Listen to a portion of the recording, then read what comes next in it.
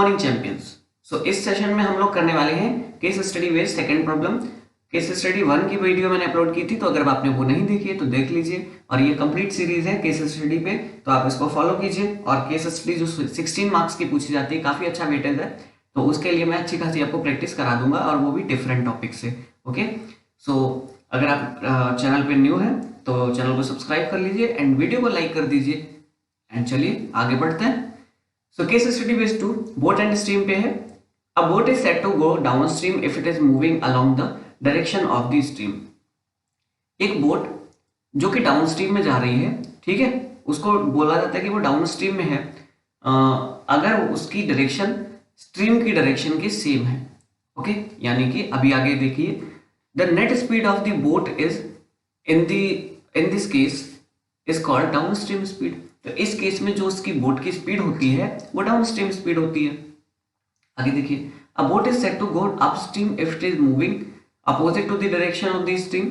अगर boat stream की direction की अपोजिट डायरेक्शन में मूव करती है, the net speed of the boat is in this case is called upstream speed. तो इस केस में उसकी स्पीड अप स्ट्रीम स्पीड होती है। तो पहले तो ये कुछ थ्योरी दी होती है, ठीक है, केस स्टडी में, वो आपको स्टडी करनी होती है, थोड़ा सा देख लीजिए, रफली देख लीजिए। ओके, उसके बाद आपको 5 क्वेश्चंस दिए होते हैं, उनको करना होता है। अभी ये थोड़ी सी थ्योरी ही है।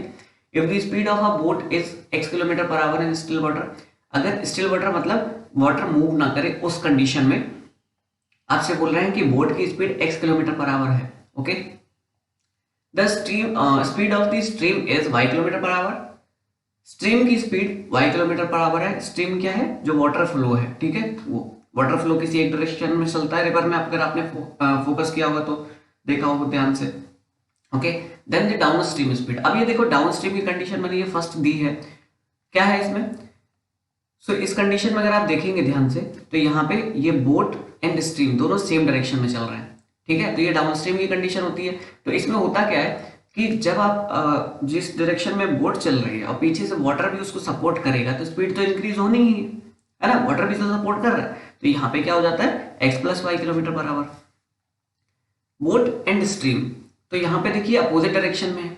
जब अपोजिट डायरेक्शन में होते हैं तो इनकी स्पीड रिड्यूस हो जाती है। जैसे आपने कभी फील किया हो कि आपने साइकिल चला रहे हो आप, और विंड की डायरेक्शन आपके जस्ट अपोजिट हो, सामने से हवा चल रही हो, है ना, तो आपको एक्स्ट्रा फोर्स लगाना पड़ता है। उसी वजह से बोट को भी एक्स्ट्रा फोर्स लगाना पड़ता है जब वाटर की डायरेक्शन अपोजिट होती है, तो उसको हम आप स्ट्रीम कंडीशन बोलते हैं। तो उसमें आपकी स्पीड रिड्यूस हो जाती है, जो कि x माइनस 5 किलोमीटर पर आवर। सो ये आपकी केस स्टडी थी, और अब हम इस पे चलते हैं क्वेश्चंस पे। ओके, फटाफट।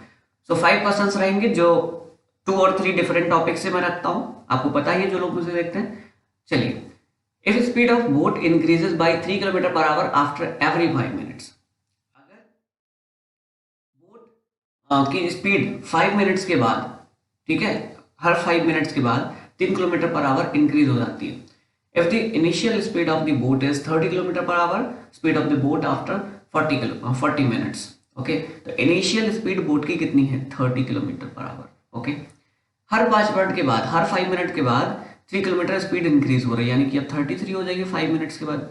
अगेन 5 मिनट्स के बाद कितनी हो जाएगी? 10 मिनट, यानी टोटल 5 मिनट पहले 33 हुई, तो 10 मिनट्स के बाद कितनी हो जाएगी? 36। 15 मिनट्स के बाद तो 39। तो आप यहाँ पे एक चीज देखेंगे कि एक एपी बन रही है, ठीक है, ऐसे ही आगे चली जाएगी।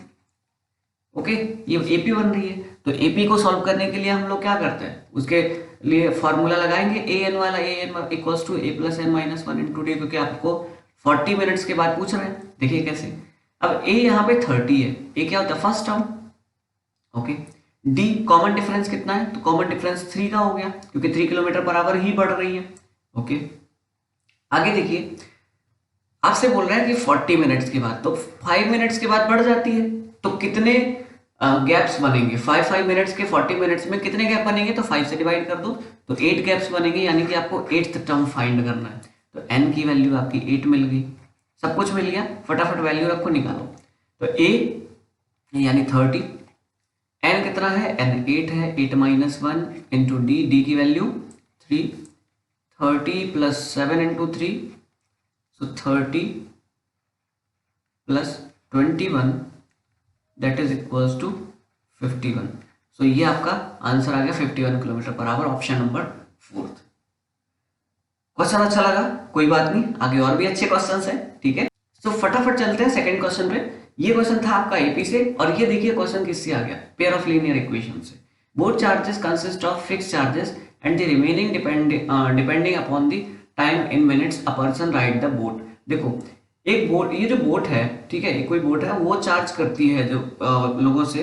वो कैसे चार्ज करती है, वो कहती है एक तो हम फिक्स चार्ज लेंगे कि इतना तो आपको देना ही है, उसके बाद में आप जितने मिनट्स तक ट्रेवल करेंगे उस हिसाब से आपको पैसे देने हैं, ठीक है, पर मिनट के हिसाब से। तो एक तो फिक्स चार्ज है, एक रेट पर मिनट है, ठीक है। तो आपको ये दोनों फाइंड करने हैं। अब ये बोल रहे हैं एक पर्सन जो है, if a person take a ride for 8 minutes, अगर वो 8 मिनट्स तक मूव कर मतलब बोट पे राइड करता है, ही पेज ₹130, तो 130 पे करता है। And for 13 minutes he page ₹180। तो अगर वो 13 मिनट्स तक मूव करता है या राइड करता है तो वो ₹180 पे करता है। समझ गए? देखिए आपको कैसे निकालना है, एमसीक्यूज में है, कोई दिक्कत नहीं, बहुत जल्दी से निकालेंगे फटाफट से। देखिए लेट कर लो, है ना, फिक्स चार्ज कितना है, मैं यहाँ लिख भी रहा हूँ, बाकी आपको थोड़ा सा ओरली ही करना है क्योंकि एमसीक्यूज है। फिक्स चार्जेस आपने एक सिलेक्ट कर लिए, और रेट पर मिनट ये वायलेट कर लो। अभी एक पर्सन ने 8 मिनट तक ट्रेवल किया तो वो क्या करेगा, एक्स रुपीज तो देगा ही देगा क्योंकि वो तो फिक्स है। उसके बाद 8 मिनट्स के हिसाब से 1 मिनट का वाई रुपीज है, तो 8 मिनट्स का 8 वाई रुपीज दे देगा, तो वो उसने टोटल पे किया 130 रुपीज।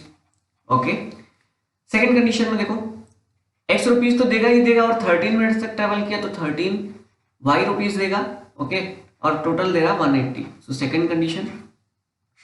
यहाँ देखिए इनको सब्ट्रैक्ट कर दीजिए, तो सब्ट्रैक्ट करोगे तो एक्स एक्स चला गया, 8y माइनस 13y यानी कि माइनस का 5y, और इधर 130 माइनस 180 करोगे तो माइनस का 50। तो y equals to -50 upon -5 that is equals to कितना आ गया, 5 10, तो y 10 आ गया, यानी कि जो रेट पर मिनट है वो 10 आ गया। तो x कितना हो जाएगा, तो किसी एक कंडीशन, एक इक्वेशन में रख दो। देखो तो x plus 8y equals to 130 था, x प्लस y की जगह मैंने 10 रखा तो यहाँ पे 80 हो जाएगा, तो x इक्वल्स टू यहाँ से 50 आएगा। क्वेश्चन में मजा आ रहा है कि नहीं, क्वेश्चंस का लेवल लग रहा है ना, कि ये बोर्ड से अप रहने वाला है, ठीक है। तो बोर्ड में जो भी पूछ रहा है या जो भी आपसे पूछेंगे, ठीक है, अप्रॉक्स में उसी लेवल से या उसके लेवल के ऊपर ही करवाता हूँ क्वेश्चंस, जिससे कि आप वहां पे जाके आपको ये ना फील हो कि मेरा लेवल कम रह गया, ठीक है। वहां पे आपको इतनी स्ट्रांग फीलिंग आएगी कि यार ऐसे क्वेश्चंस तो मैंने बहुत करे हैं। अगर आप मेरे चैनल पे विजिट कर चुके हैं, है ना, और आप अगर रेगुलरली वीडियो देखते हैं, है ना, मैं वीक में 2 और 3 केस स्टडी प्रोवाइड करता हूँ, अगर आप सारी देख लेंगे ना बोर्ड्स तक, तो समझ लो आपको बहुत ही ज्यादा बेनिफिट होने वाला है। तो यहाँ पे देखो x 50 आ गया और y 10 आ गया, यानी कि 50 एंड 10, ये वाला ऑप्शन आपका करेक्ट हो गया, बी का second part. Done. Question number C पे मूव करते हैं। अब boat goes 12 kilometre upstream and 40 km downstream in 8 hours. It can go 16 km upstream and 32 km downstream in the same time. Find the speed of the boat in still water and the speed of the stream. ये question भी आपका pair of linear equations chapter से ही है, ठीक है। वैसे आप करते हैं तो थोड़ा सा बड़ा हो जाता है, बट यहाँ हम शॉर्ट तरीके से करने की कोशिश करेंगे थोड़ा सा, ठीक है, क्योंकि ये है एमसीक्यूज, तो यहाँ पे आपको एक्सप्लेनेशन नहीं देना होता है, तो आप छोटा सा क्वेश्चन कर सकते हैं जितना आप शॉर्ट कर सकें, ठीक है, जितनी आप लैंग्वेज शॉर्ट कर सकें। देखिए लेट स्पीड ऑफ बोट, है ना, इन स्टिल वाटर, हमने x लेट कर ली, ओके, x किलोमीटर पर hour. Speed of stream equals to कितनी हो जाएगी, हमने लेट कर लिया y किलोमीटर पर आवर, ओके। अब देखिए 12 kilometre up stream, 40 kilometre down stream, तो 8 आवर्स लग रहे हैं। तो देखिए 12 अपॉन, अब आपसे क्या कह रहे थे, अप स्ट्रीम में कंडीशन क्या होती है, देखिए अप स्ट्रीम ये है ना, ये कंडीशन, बोट और स्ट्रीम अपोजिट है, तो इसलिए x माइनस वाई हो जाता है, यानी स्पीड उनकी रिड्यूस हो जाती है। तो क्या करोगे, 12 अपॉन स्पीड कितनी रख दोगे, स्पीड रख दोगे आप x माइनस वाई रख दिया, ठीक है। अब ये मैंने क्यों किया, क्योंकि ये आपकी distance, okay, time equals to क्या होता है, डिस्टेंस अपॉन स्पीड। ठीक है, ये फॉर्मूला हम लगाएंगे तो टाइम के इक्वल कर देंगे, क्योंकि टाइम आपको 8 आवर्स दिया गया है। ठीक है, तो ये हम लोग करने वाले हैं। तो देखिए 12x-y plus 40 kilometre down stream, तो 40 upon x plus y equals to कितना आ जाएगा, तो ये आ गया आपका 8 आवर्स। ओके, नेक्स्ट कंडीशन बोल रहे हैं 16 किलोमीटर अप स्ट्रीम, यानी कि 16 upon x minus y and 32 upon x plus y equals to same time में। तो सेम टाइम में यानी कि 8 आवर्स यहां भी लगेगा कंडीशन में। ठीक है, तो अब आपको क्या करना है, अब आप अगर वैसे सॉल्व करोगे तो इनको पूरा सॉल्व करने में बहुत ज्यादा टाइम लगेगा। तो आपको क्या करना है, जब भी क्वेश्चन आपका ऐसे क्वेश्चंस जो थोड़े से लेंथी हैं वो आपके पूछे जाते हैं एमसीक्यूज में। ठीक है, तो कोई दिक्कत नहीं, मैं हूं ना आपके साथ। आपको एमसीक्यूज में शॉर्टकट से कैसे आपको निकल जाना है, शॉर्टकट मार के देखिए कैसे। आप यहां से ऑप्शन उठा के चेक कर लीजिए, जितनी देर में आप सॉल्व करेंगे ना उतनी देर में आप ऑप्शन उठा लीजिए। जैसे मैंने फर्स्ट ऑप्शन उठा लिया, ठीक है, 10 किलोमीटर पर आवर और 5 किलोमीटर पर आवर। ओके, सो इसमें मैंने रख दिया फर्स्ट कंडीशन में। देखिए, तो एक्स की जगह पे 10 रखोगे, मैं देखो इसके थोड़ा सा जगह साफ करता हूँ, ठीक है, जिससे कि आपको यहाँ पे थोड़ा सा हल्का सा कैलकुलेशन दिखा सकूं। देखिए क्या करेंगे आप, आपने एक्स की जगह 10 रख दो, ठीक है, और वाई की जगह 5 रख दो, तो क्या हो जाएगा 12 अपॉन 10 माइनस 5 यानी कि 5। Okay, 40 upon x plus y यानी कि कितना हो जाएगा, तो यानी कि 10 प्लस 5 15। अब आप अगर ध्यान से देखेंगे ना तो यहां से अगर आप कट पिट करोगे ना, है ना, काटोगे तो क्या होगा, हमेशा पॉइंट में वैल्यू नजर आएगी अगर आप देखोगे, क्योंकि 5 से 12 में डिवाइड जाएगा नहीं तो ये पॉइंट में बनेगा जाके, है ना। तो 8 तो नहीं मिलने वाला, ये बात समझ में आ रही है ना थोड़ी सी, क्योंकि अब आप हाई स्कूल में है तो थोड़ा सा इतना बात तो समझ में आ सकती है। ओके, दूसरा ऑप्शन फटाफट चेक करते हैं। ठीक है, देखो जितनी देर में आप उसको सॉल्व करोगे ना उससे बेटर कि आप इसको ऑप्शन से मार दो। 8 किलोमीटर 4 किलोमीटर चेक करो, ठीक है, तो इसमें मैंने 12 अपॉन 8 माइनस 4 यानी 4 हो जाएगा, 40 अपॉन 8 प्लस 4 यानी कि 12 हो जाएगा। ठीक है, तो कितना हो जाएगा यहाँ से 4 3 जा 12, ये तो 3 आ गया, और 4 3 जा 12, 4 4 जा 4 10 जा 40। ठीक है, तो यहाँ से 10 अपॉन 3 आ गया। अब ये भी 10 अपॉन 3 ये पॉइंट में जाएगा, तो 8 तो यहाँ से भी नहीं मिलने वाला, कोई दिक्कत नहीं। देखो मैं सेकंड ऑप्शन चेक भी नहीं, ये सेकंड केस में चेक भी नहीं कर रहा हूँ क्योंकि फर्स्ट में ही फेल हो रहा है।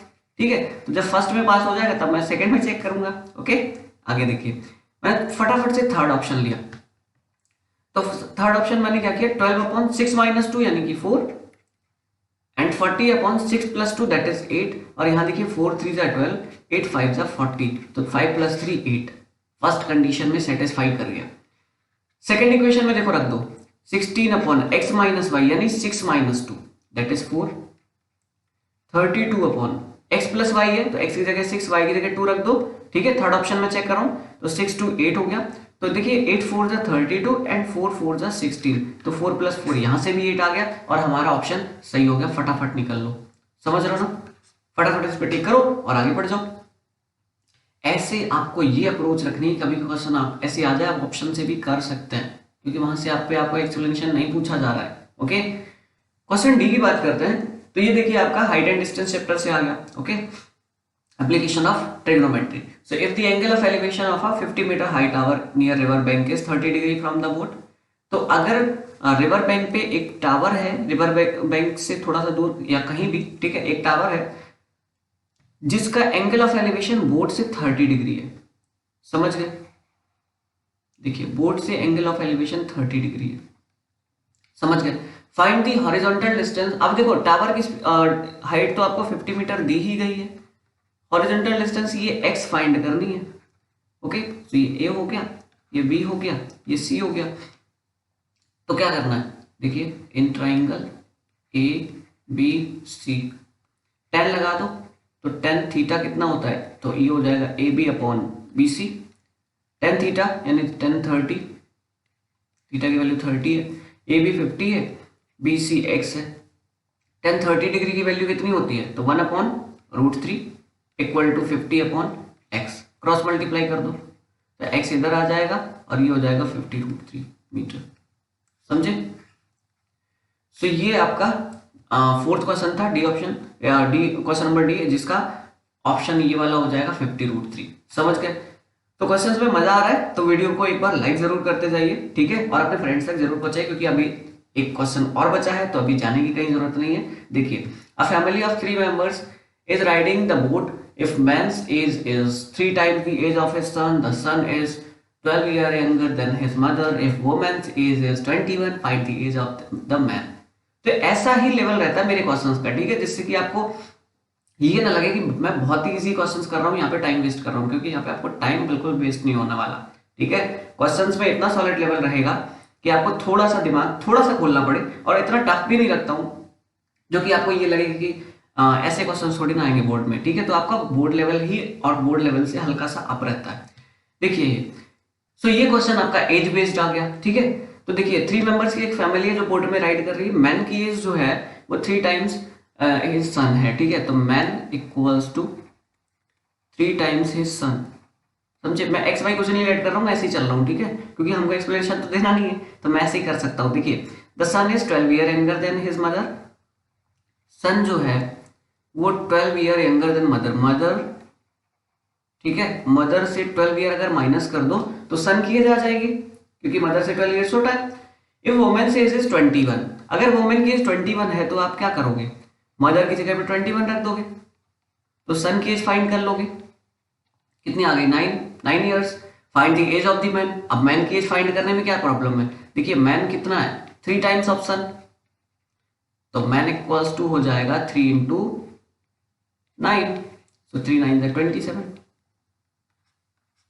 मजा आया कि नहीं?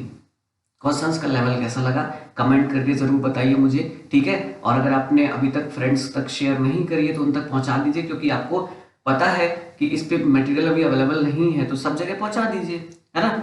और वीडियो को लाइक कर दीजिए, चैनल को सब्सक्राइब कर लीजिए, और बेल आइकन जरूर प्रेस कर लीजिए, जिससे कि जब भी मैं ये केस स्टडी अपलोड करूं आपको नोटिफिकेशन मिलता रहे। Okay, so goodbye and take care. मिलते हैं नेक्स्ट केस स्टडी में।